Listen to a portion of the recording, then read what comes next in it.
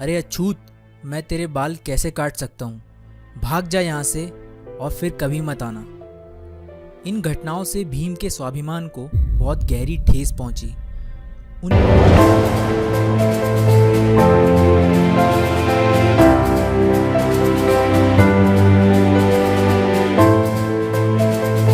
जैसा कि आप लोगों को पता है कि 14 अप्रैल आने वाली है। 14 अप्रैल शायद डेट सुनकर के आपको समझ में आ गया होगा कि 14 अप्रैल को कौन सा दिन होता है। जी हाँ, 14 अप्रैल को one of the greatest leader जिन्होंने हमारे लिए जीने के लिए कॉन्स्टिट्यूशन तैयार किया, हमारे भारत के लिए कॉन्स्टिट्यूशन तैयार किया है, डॉक्टर भीमराव अंबेडकर जी की 14 अप्रैल को जन्म तिथि होती है। कौन थे ये डॉक्टर भीमराव अंबेडकर जी? शायद आप सभी को मालूम है, कोई भी ऐसा व्यक्ति नहीं है जिनको उनके बारे में मालूम नहीं है, क्योंकि जो हम लोग 26 जनवरी मनाते हैं वो आप लोगों को पता है कि हम लोग 26 जनवरी क्यों मनाते हैं। उसी दिन ही कॉन्स्टिट्यूशन को पूरी तरीके से अप्लाई कर लिया गया था, हमारे भारत में लागू कर दिया गया, इसीलिए 26 जनवरी मनाया जाता है। लेकिन क्या आपको पता है कि उनका सफ़र किस तरीके से रहा? क्या इतना इजीली कॉन्स्टिट्यूशन बन के तैयार हो गया? क्या उनके हाथ में पहले से ही सत्ता दे दी गई? क्या उनकी रिस्पेक्ट थी? क्या आप लोगों को मालूम है? तो हे हेलो फैमिली, नमस्ते, सत श्री अकाल, अस्सलाम वालेकुम। कैसे हैं आप? आई होप आप लोग बहुत अच्छे होंगे और अपने पेरेंट्स के ख्याल भी काफ़ी अच्छे से रख रहे होंगे। आई विश कि आप और आपकी फैमिली हमेशा हेल्दी वेल्दी रहे और एंजॉय करे। इस वीडियो को देखने से पहले पूरे साफ दिल से ये देखिएगा कि हर किसी का जीवन इक्वल नहीं होता है। किसी को जो सोने की चम्मच होती है वो पैदाइशी मिल जाती है और किसी को उस सोने की चम्मच पहुंचने के लिए बहुत ज़्यादा स्ट्रगल करना पड़ता है, बहुत ही ज़्यादा। पहले इनकी स्टोरी को देख लेते हैं कि कैसा था, कितना कष्टमय था डॉक्टर भीमराव अंबेडकर जी की जीवनी। फिर आगे गुफ्तगू करेंगे, इसके बारे में थोड़ी सी बातें करेंगे। वीडियो को ज़रूर पूरा देखिएगा। जिस तरीके से आप लोग अपने अपने रिलीजन का या अपने धर्म का देखते हैं चीज़, उसी तरीके से उन पर्सन की भी जीवनी देखनी चाहिए जिन्होंने हम लोगों के लिए, हम लोगों की अच्छे जीवन के लिए अपनी ज़िंदगी न्यौछावर कर दी। तो चलिए पहले देख लेते हैं। Let's get started. दोस्तों, ये कहानी है एक ऐसे इंसान की जिसने ऐसे भारत में जन्म लिया जहां समाज के उच्च वर्ग के लोग गरीब और दलित वर्ग पर भीषण अत्याचार और शोषण कर रहे थे। लेकिन समाज की इस घृणा, अपमान और तिरस्कार के बावजूद उन्होंने ऐसी शिक्षा हासिल की जिसकी बदौलत वो भारत के संविधान के निर्माता बन गए। दोस्तों, मैं बात कर रहा हूँ डॉक्टर भीमराव अंबेडकर जी की, जिनका जन्म 14 अप्रैल 1891 को मध्य प्रदेश के महू गांव में पिता रामजी महाराज सकपाल और मां भीमाबाई की 14वीं संतान के रूप में हुआ। उनके पिता रामजी ब्रिटिश सेना में मऊ छावनी में एक सैनिक थे। परिवार महार जाति से था जिसे लोग बेहद ही निचले तबके का मानते थे। उनका परिवार मराठी था जो महाराष्ट्र के रत्नागिरी जिले में अंबावाड़ी गांव से था। सेना में काम करते हुए डॉक्टर अंबेडकर के पिता सूबेदार बन गए और वो हमेशा से अपने बच्चों की शिक्षा पर जोर देते थे। कुछ दिन बाद उनके पिता सेना से रिटायर हो गए और वो परिवार को लेकर सतारा चले गए, जहां कुछ दिन बाद अंबेडकर की माता भीमाबाई का बीमारी के चलते देहांत हो गया। अंबेडकर समेत 14 भाई बहनों की देखभाल उनकी चाची ने कठिन परिस्थिति में रहते हुए की। छुआछूत, घृणा और अपनी हीन मानसिकता की वजह से डॉक्टर्स भी अछूतों को बिना छुए ही उनका इलाज करते थे।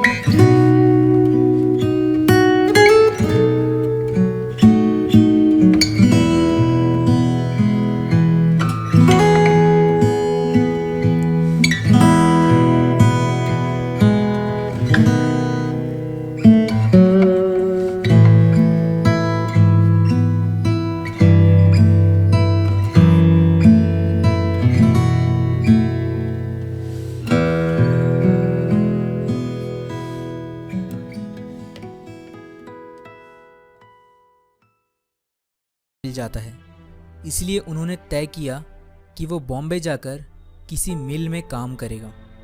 लेकिन बॉम्बे जाने के लिए उसके पास किराया नहीं था। पैसे नहीं थे। भीम ने एक प्लान बनाया कि वो अपनी चाची के बटुए से पैसे चुराकर बॉम्बे चला जाएगा। भीम ने लगातार 3 रातों तक बटुए को चुराने की कोशिश की जो उनकी चाची की कमर से बंधा हुआ था, लेकिन कोई सफलता उन्हें नहीं मिली। कहीं जाकर चौथी रात को वो बटुए को चुरा पाए, लेकिन उन्हें बड़ी निराशा हाथ लगी क्योंकि उसमें केवल सिर्फ आधा आना ही था, जिससे वो बॉम्बे नहीं जा सकते थे। 4 रातों के इस एक्सपीरियंस ने भीम को अंदर तक हिलाकर रख दिया। इसके बाद उन्होंने एक नई योजना बनाई जिसने उनके पूरे जीवन को बदल कर रख दिया। बदल के रख दिया। उन्होंने निश्चय पढ़ने किया का कि वो पढ़ लिख कर अपने परिवार के लिए रोजगार प्राप्त करेंगे और अपने अंदर की सभी बुरी आदतों को छोड़ देंगे। किस्मत ने भी भीम का साथ दिया। उनके सूबेदार पिता रिटायर होने के बाद नौकरी की तलाश में बॉम्बे जाकर बस गए और यहीं के मराठा स्कूल में उन्होंने भीम का एडमिशन करा दिया।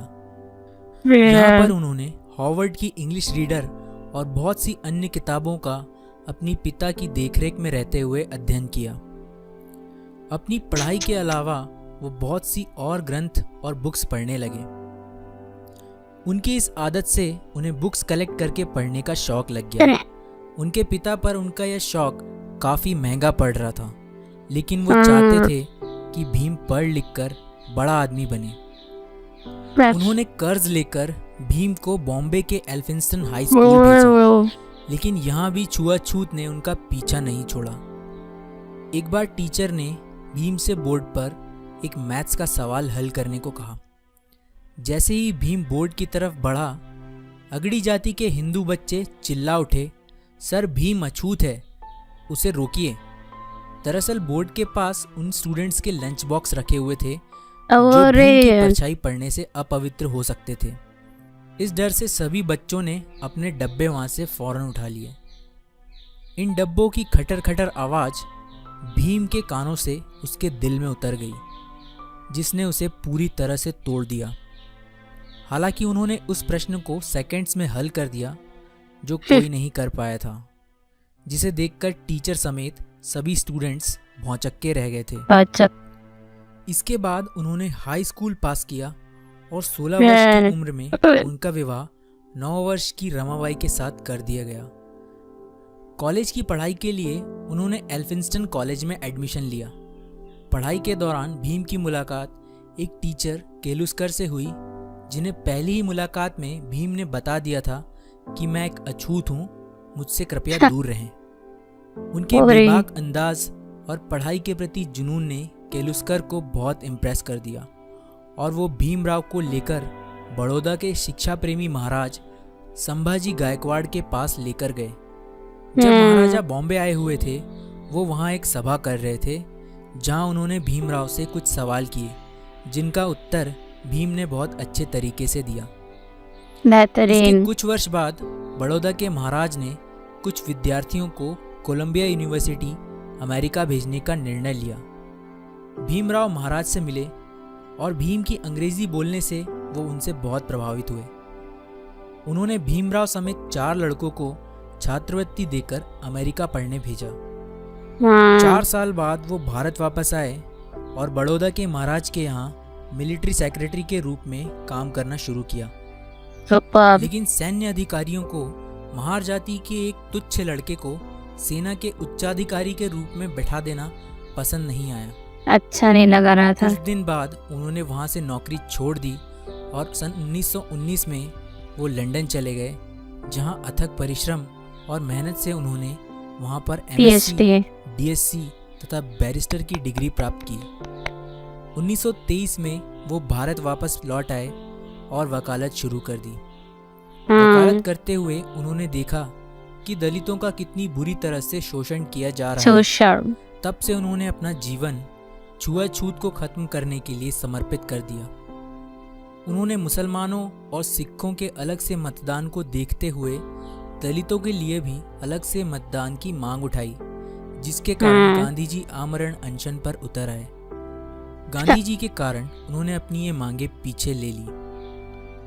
Doctor Bhimrao Ambedkar philosopher, writer और एक महान लीडर हैं जिन्होंने न केवल समाज में सदियों से दबाए गए दलित और अछूत लोगों के लिए लड़ाई लड़ी, बल्कि इतनी भिन्नताओं से भरे भारत को एक संविधान में बांधने का काम भी किया।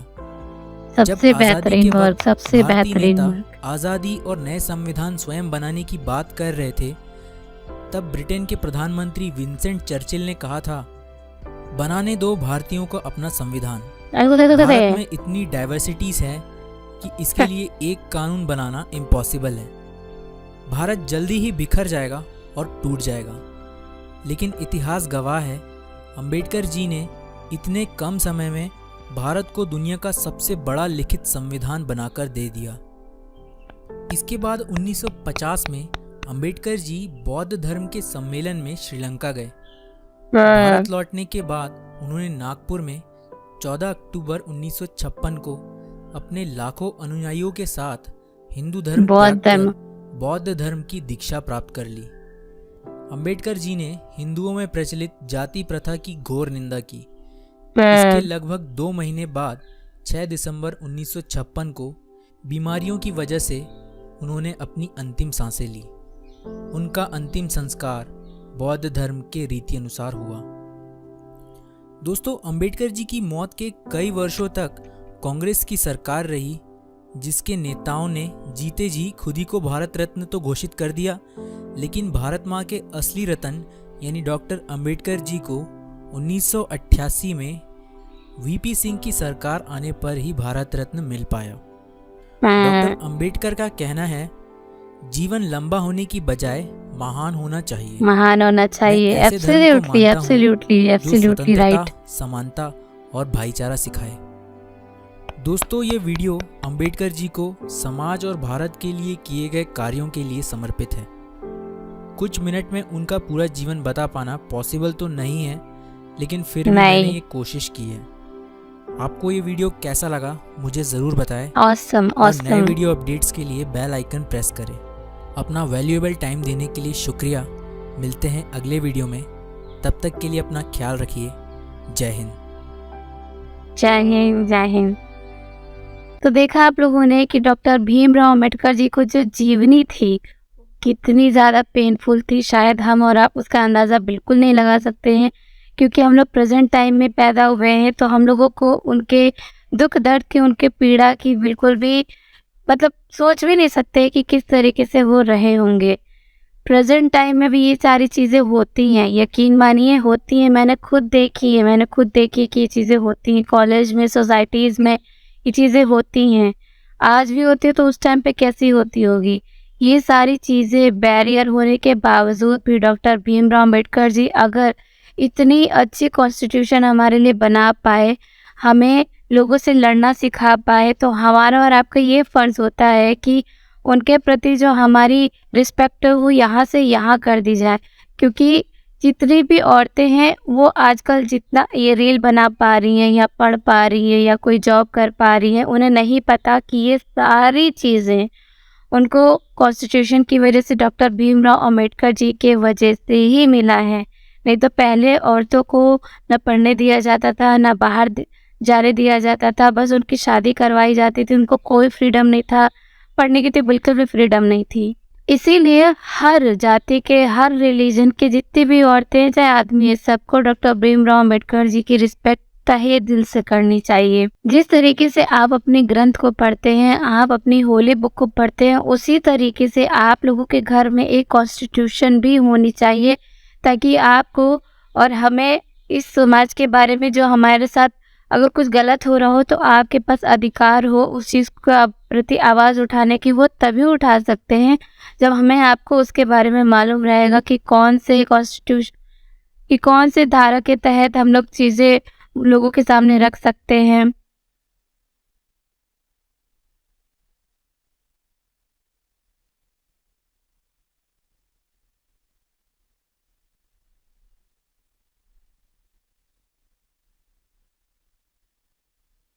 तो हो सके तो अपने घर में कॉन्स्टिट्यूशन ज़रूर रखिए।